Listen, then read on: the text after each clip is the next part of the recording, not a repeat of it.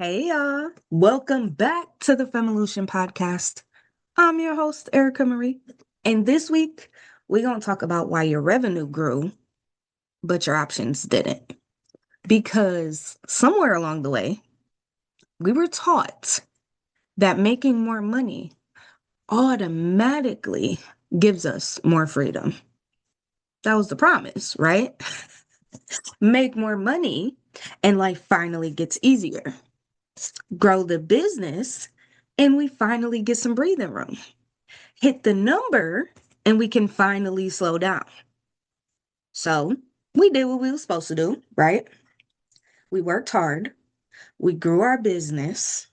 We made more money than we used to make. And now that we finally reached the number that we have been striving for so long, freedom still ain't show up like we expected it to because we were promised it would, right? We still ain't free. That's the part that don't make sense to me, bro. It never has, right?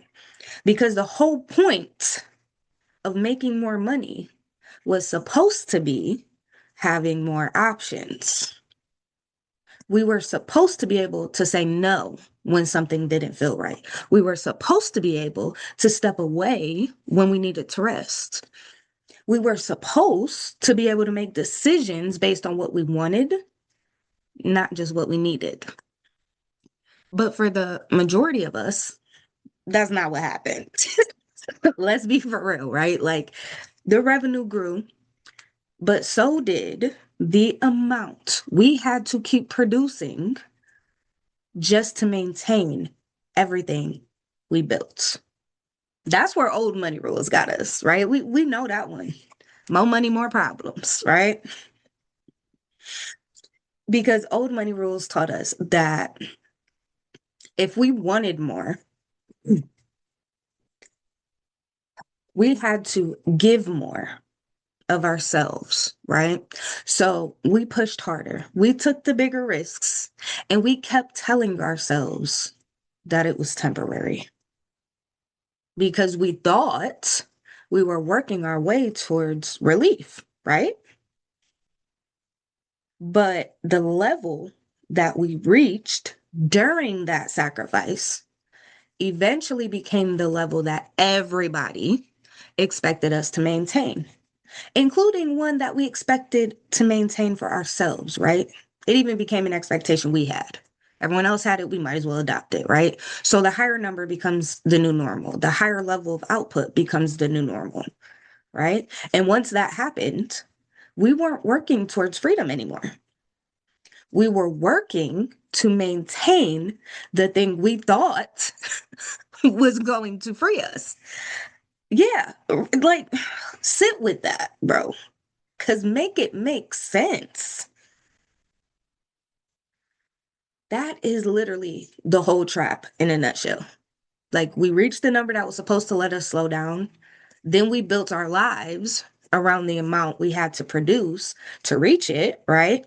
And now technically we could make different choices. Like nobody is physically stopping us from taking a break, turning down a client, or changing direction, right? But what happens when we do? What stops moving? What happens to our income? What happens to everything we build? Starts pulling us back in, right? Our income starts falling too fast. We got to keep going because an option is not something we are technically allowed to have, right? An option is something we are protected enough to choose. And there's a difference, obviously. Like, we don't really have the option to rest if resting creates another financial problem, right? Or a business issue. We don't really have the option to say no if every payment that comes in is already going to something else, right? And we don't really have the option to step away if the business still needs our constant involvement to keep going. That's not freedom.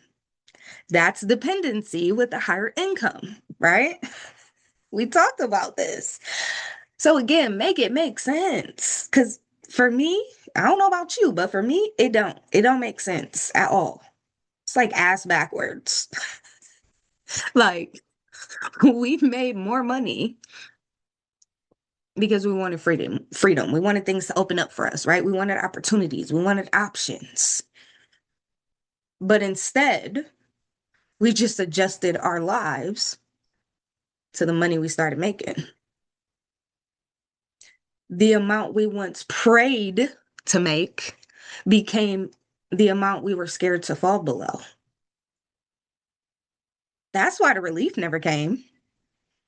The number changed. Once we hit that number, that became the new bare minimum. And now we need to get a different number, right? So the number changed, but our operating model did not. Okay. And old money rules, it teaches us to ignore that part. It teaches us to look at the revenue or the number in our bank account and call that success. They look at growth, how much we grew our business, and then they say it worked, right? Their method worked. But they never stop. Sorry, I can't, because like it's absurd when you think about it. Okay, I'm sorry. But they never stop to measure what that method actually extracted from us. What did it cost us to get to that number? What did we lose? Because that's the difference between effort and extraction. That's also the difference between depletion and preservation. We're going to go there in a minute, though, okay? Because effort can build something without destroying the person building it. Preservation, right? But extraction will keep taking from us until the result can no longer exist without our depletion. We running on empty. And when extraction produces revenue,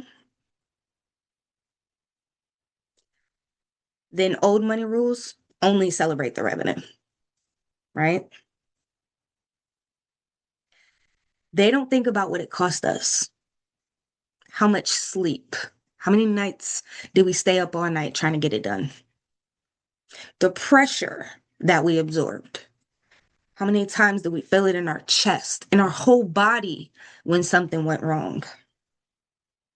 It doesn't even count the amount of ourselves, the energy, right? That we had to keep pouring into the business just to hold that number in place. Because as long as the result showed up, the cost disappeared. At least by old money rules. Because we live with the result, right? We see behind the curtain. We know what it costs. But we started rationalizing that it was worth it, right? So as long as the result showed up, the cost disappeared. So we repeated the process. Not because we dumb, right? It's not because we just slow and we don't know no better, right? Because everything that old money rules measures, all the visible things, right, told us that it worked. We got the clients, we got the money, we got the business, right? But meanwhile, the effort we believed was temporary, okay, slowly became extraction that we were expected to sustain long term, right? So that's how a hard season where you just keep pushing, right, becomes a permanent operating model. That's how the level that we push ourselves to reach, really, right, becomes the minimum we are no longer allowed to fall below. We got to maintain that image, right? This is what we said we wanted. So we got to stay here. We got to live with it. This is the price we got to pay, right? But then when we get tired, we start thinking something is wrong with us. When we need rest, we think we're losing momentum.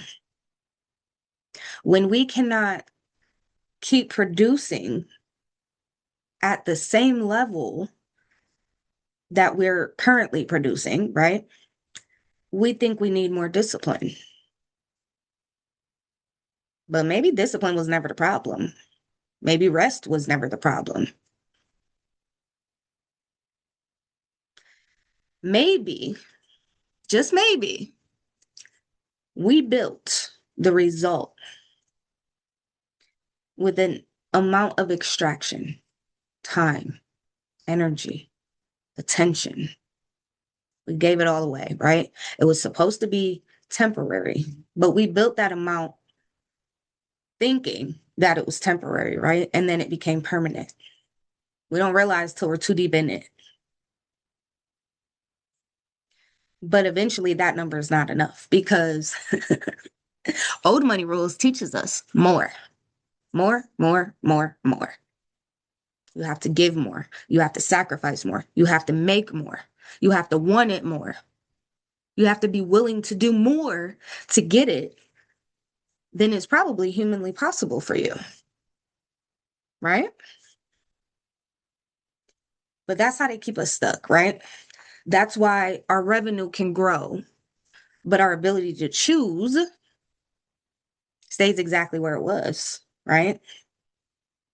Because old money rules don't want you to preserve yourself, right? Or your family. They don't want you to preserve it. They want you to risk it all, to allow yourself to be depleted to hit that number because you want to give your kids a better life than you had. Let me ask you a question. Are your kids going to remember the money? And maybe you don't have kids, okay? This part might not even be for you. That's okay. I'm a mom, so it's what I know. It's the best way I know to say this. Are your kids going to remember all the things you were able to buy them, all the money you made?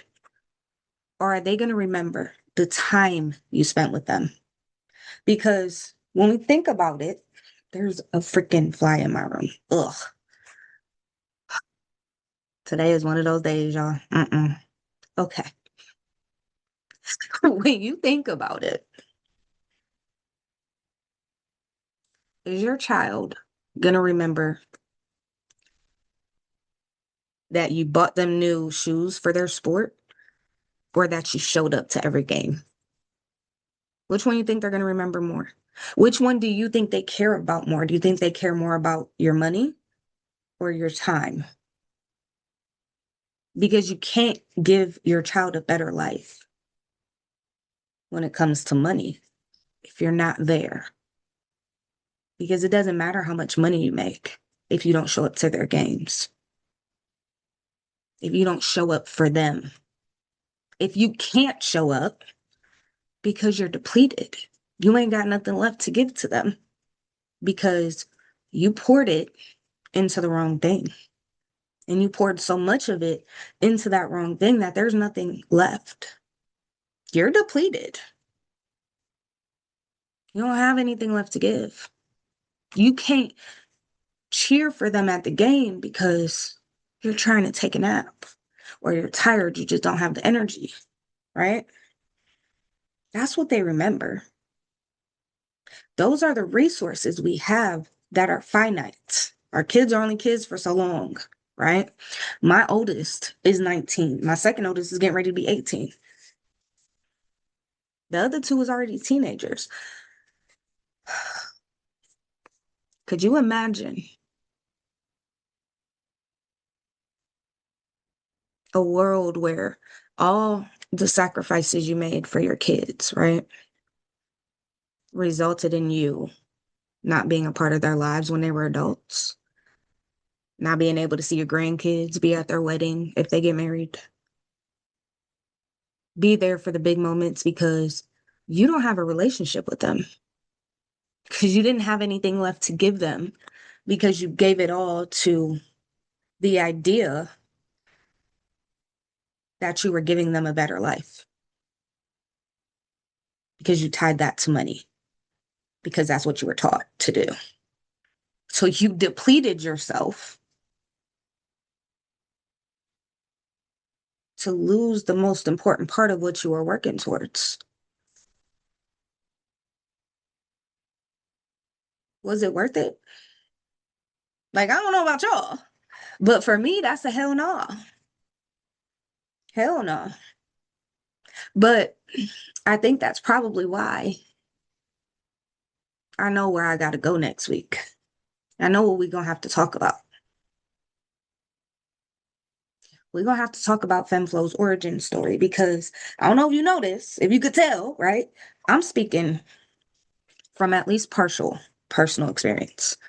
Now, I'm not all the way at the extreme, right? Thank God for that. But I sacrificed a lot for a long time, and it cost me things I couldn't get back.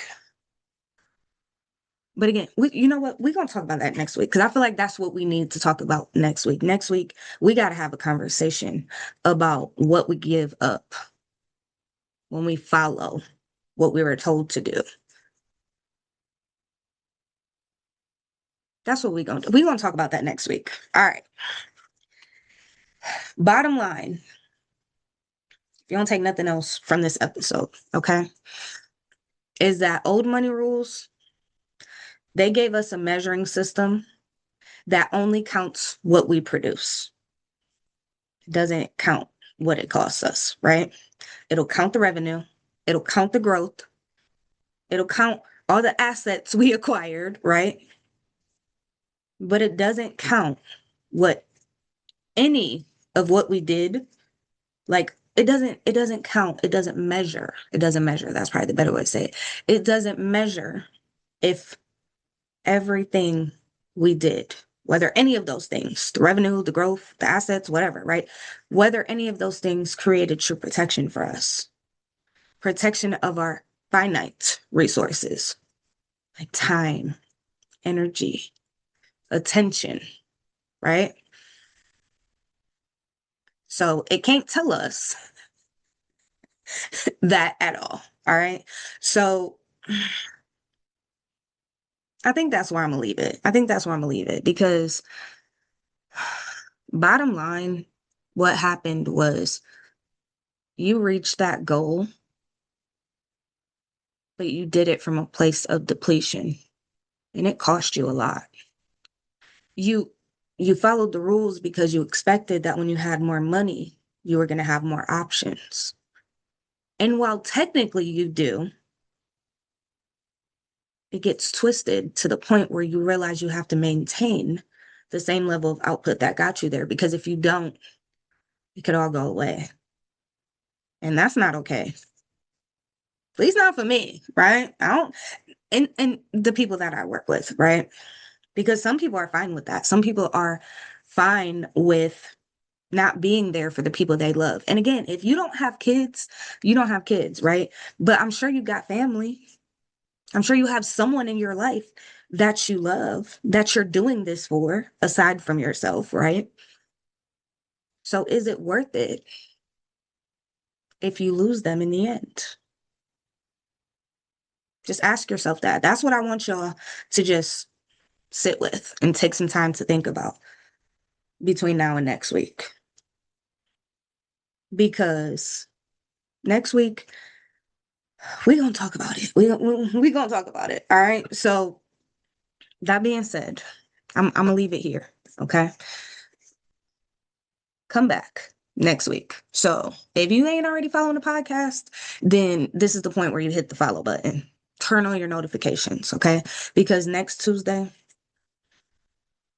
we're going to talk about the origins of FemFlow. And I ain't talking about, oh, I had a thought. I'm talking about the lived experience that so many of us have that led to FemFlow being necessary, because old money rules stops at depletion. It's built on that. It's built on more. It pays attention to the results and ignores the cost. FemFlow doesn't do that, because the cost is just as important as the conclusion, right? How you get there matters just as much as getting there. Doesn't mean the goal changed. It means the process to achieving it did. So again, follow the podcast, because next week, yes, I think that's the only place we can go at this point. I knew this was going to come at some point. I knew I was going to have to talk about it at some point. So we're going to do that. I'm going to be honest with y'all, and we're going to have that conversation. It's going to be one of those no filter type of conversations, like I like to call it, right? Meaning you get the raw truth, not the pretty version. So turn on the notifications, follow the podcast, and I'm going to see y'all next week, and we're going to talk about it. All right? But in the meantime, sit with the question I asked you. Are you okay paying the price that you'll have to pay if you keep doing things the same way you've been doing them? And if you ain't okay with it, then come back next week. Let's talk about it. All right? Until then, thank you for watching. Bye. All right.